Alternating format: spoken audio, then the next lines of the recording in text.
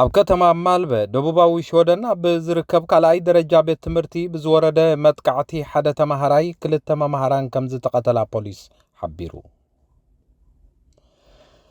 ሃገረ ፊንላንድ ምስ ሃገረ ሩስያ ዝነበራ ናይ ንግዲ ስምምዕ ብሰንኪ ኩናት ኣብ ዩክሬን ከም ዝጎደለ ካብ ሄልሲንኪ ዝተረኽበ ሓበሬታ አመልኪቱ። ሰላም ዝኸበርኩም ተኸታተልቲ መደብና እዚ ካብ ስቶክሆልም ዝመደበሩ ማዕከን ዜና ሃርሞኒ ንሎሚ 23 መጋቢት 2022 ዝተዳለወ መሰናዶ ዜና ቀንዲ ርእስታት ብምቕዳም ከቕርበልኩም እየ። ምስ ኩሎም ኣብ ስቱድዮ ዘለዉ መሳርሕተይ ካብ ስቱድዮ ምሳና ክትፀንሑ ዝዕድመኩም ሓር ብርሃሜ ድሕሪ ዝመሰጋገሪ ናብ ዝርዝር ናይዞም ዝሰማዕኹሞም ቀንዲ ርእስታትን ካልኦትን ዜናታት ከእትወኩም እየ። ሰናይ ምክትታል።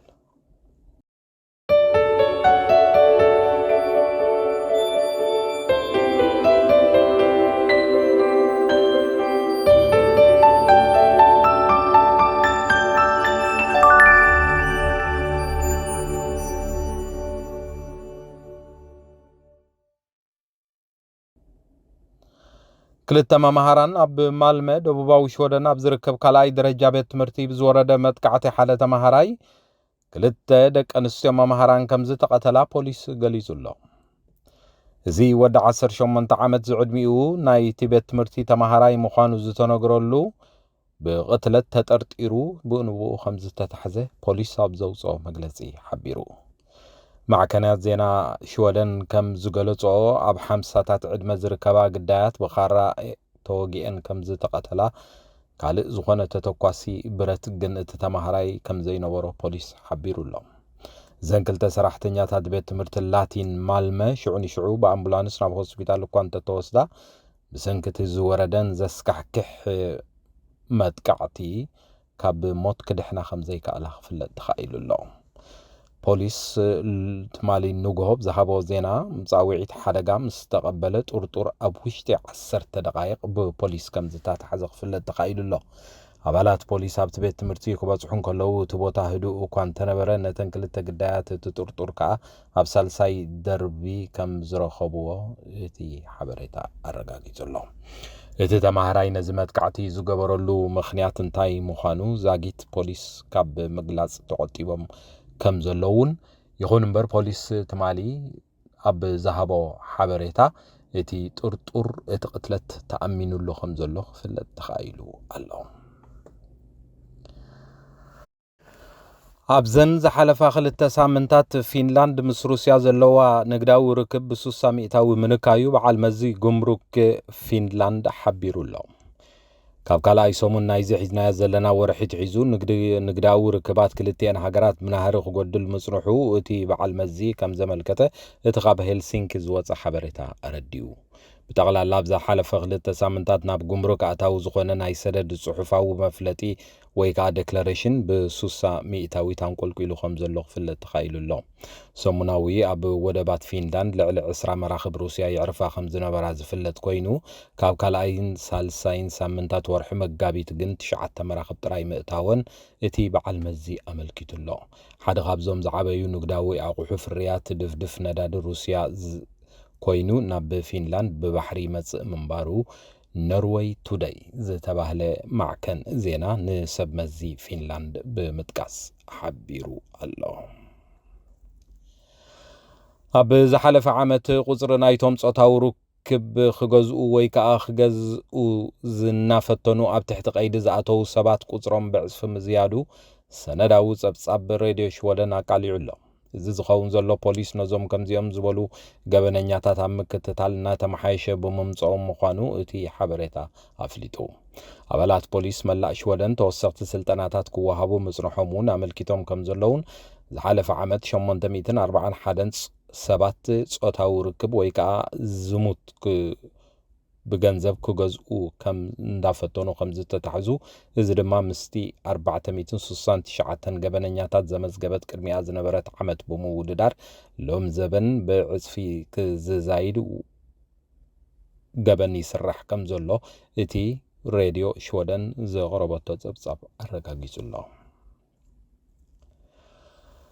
بسنك خوينات يوكرين زفترو وسخ واغان بورح مقابيت زقاطمه حصرت زنابنا بمبرق أفريقيا ستات 28 مليون سبات كبيد حدقات أميت كم زن سلالوهم أوكسفام أفليتو هجرات كينيان إثيوبيان سوماليان أب 4 عامتات زي ترعي درك 5 زقاطمن زقالت تتكال دبوب سودان ون بعلغلغ كم زي تتقعت أفليتو اللهم ማሕበረሰብ ዓለማ ቃልቡ ናብዩ ኩናት ዩክሬን ከም ዝዞረ ብምግላጽ እቲ ኣብ ምብራቕ ኣፍሪቃ ዘሎ ኩሉ መዳያዊ ይቕልውላው ሕፅረት መግብን ዕሽሽ ክበሃል ይገብሮ ከም ዘለውን ተፈሊጡ ኣሎ። ማሕበረሰብ ዓለም ነቲ ቅልውላው ዝሃቦ ምላሽ ብዝሕዝን ኩነታት ካብቲ ትፅቢት ዝተገብሮ ንታሕቲ ከም ዝኾነ ኣብ መግለፂኡ ዝሓበረ ኦክስፋም ካብቲ ኣብ ሃገራት ኢትዮጵያን ሶማልያ ደቡብ ሱዳንን ንምሕጋዝ ውድብ ሕብራት ሃገራት ዘቕረቦ ናይ 6 ቢልዮን ዶላር ጻውዒት ሰብኣዊ ሓገዝ 300 ጥራይ ከም ዝቐረበ ተፈሊጡ ኣሎ።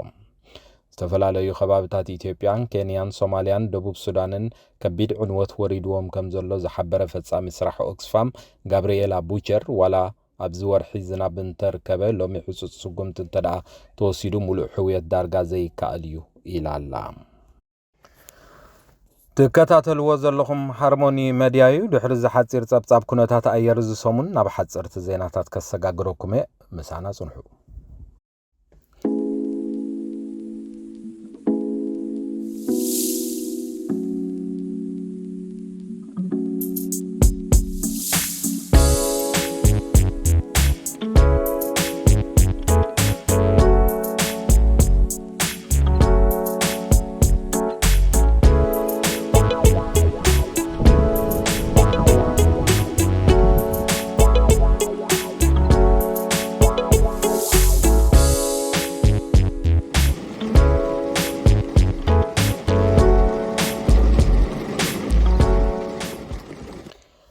بسنك خوينات خاب هاجرم تسديدهم ناب شودن زاتو يكوروناويان سرحنا يمركب عدلهم رحيبي زبل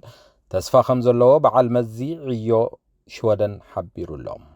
اب تاريخ زلعاله تباهلو حدش ناي سرح عدلاتي وعوع مهلاون اب قمت بمئتاو زوم اكلات تسفاتاتهم قليزهم كمزلو تي مجلسي ارديو دايركتور جنرال لاقلقلوت بيت صحفة عيو ماريا مين دامر دليت سراح بخمي كم زملكتو دحر مزرزار سبات سراح حمد لاي كتوغهو التوابعة خمزلان مبزحتهم كاب يوكرين زموصو زيغاتات يوكرين اب شودن اب زصنحلو وان سراح ناي مركب عدلهم زحاشه خاب كالوت وصاتنياتات يو ختبل حبيرا الله بسنك حماق كنتات أير 4 جلابو روسيا أب كل مايات النروي كم زت عقبات حبيرو زي كل ساعة زقاتهم نبور كنتات مخانو سراويت النروي تمالسوني أب زهابو حبريتا غم زملكته ذكريو زبز حازن جلابو أب سري سودنت معراب حمر فست كم زركبا اتي حبريتا أردي اللوم زنجلابو خمت وتروح حماق كنتات أير كقاتم كله زقبرو عقبا أب نروي تمساسالي خمز خنة تي حبريتا رديو أب مدبر سرحيتات سراويت مكلخال نروي حلافو قدايات بريس إيبان موير نغازيتا أب زهابو حبريتا خمز ملكتو ممزع زنجلابو روسيا مستسراويت مكلخال تهاجرا بسمين نروي زقبرو زلو سفيح وتهدراو لممداب من مركب كم زي بلو أفنيات سراويت قليتو الله زي cold response كلتشحن عسران كلتن زتباهله وتهدراو لممد كساب 30 حدن مقابيت زتصنح كوينو اب عسران شوعتن هاجرات زتواصو لعل 30,000 سراويت يساتفو مهلاو نروي توداي اب زوزو حبريتا ارديو زحلف حموس سعلت عسرا رديت زعانا خمون كلتا نداد زعانا تشكركرتين اما غلاقو عزو خمز جمرات حبيرو خمز نبرن ابتخلل زولو دليت سبقاو رديت نمملا معالتاو عسرا رديت زعانا مكايننا بتخلل كأتوا زقلص حبريتا وصي خمز نبرة ذكر كوينو يغون مبر بروغرام مقبع عالم بوغنو بزحلف معالتاتنا بتقراي تلايخو زتباهله رديت كم زي ترقبن ابي كم زعتو خم زي تفلتن كفلت تخايل اللوم تتكال نبي بيسب زهابو حبريتا بزحلف قدام السنابتي بعسرتن 11 مقابيت كلتا شحن 14 اقوصاصرا اثيوبيا معرفين ابو وشت كل العفار زخنا سباو رديت زعانا مكايد كاب سمرا خم ناب مقاله خم زتبغسا غليصو ኣበይ ከም ዝበጽሓ ግን ከም ዘይተፈልጠን ኣብ መገዲ ጨው ያጋጢምዎን ክኸውን ይኽእል እዩ ዝብል ጥርጠራ ከም ዘሎ ክፍለጥ ተኻኢሉሎም ቢቢሲ ካብቲ ከባቢ ዘዘራረቦ ምስክር ዓይኒ እተን ናብ ትግራይ ተበጊሰን ዝተባህላ 23 መካይድ ብነበርትን ዕጡቓትን ዓፈር ካብ ጉዕዞ ከም ዝተኣጓጎላ ተዛሪቡ ምንባሩን ክፍለጥ ተኻኢሉሎም ኣብዚ እዋን እዚ ኣብ ትግራይ ዘስካሕክሕ ዝኾነ ሰብኣዊ ቅልውላው ከም ዘሎን ረድኤት ንምሕላፍ ዝግበር ዘሎ ፈተነታት ከዓ ብዝተፈላለየ ምኽንያታት ይተዓናቐፍ ምህላው ጸብጻባት ኣረጋጊጾም ኣለዉ ዝኸበርኩም ተኸታተልቲ ሃርሞኒ ሚድያ ንስጋብ ሕጂ ክትሰምዕዎ ዝጸናሕኩም ንሎሚ ዝተዳለወ ናይ ዜና መሰናድኦ እዩ ኣብ ዝመጽእ ዘሎ ስሩዕ ናይ ዜና መሰናድኦ መደብና ስጋብ ንራኸብ ንሎሚ በዚ ክፍለየኩም እየ ደሓናምሲ እዩ ሃርሞኒ ሚድያ ዕለተ ልደት መርዓ መመረቕታን ካልኦት ኣገደስቲ ዝኾኑ ናይ ፈተውትኹምን መቕረብትኹምን ምድላዋት ናይ እንቋዕ ሓጎሰኩምን እንቋዕ ኣብቅዓኩምን መልእኽትታት ንምምሕልላፍ ዘኽእለኩም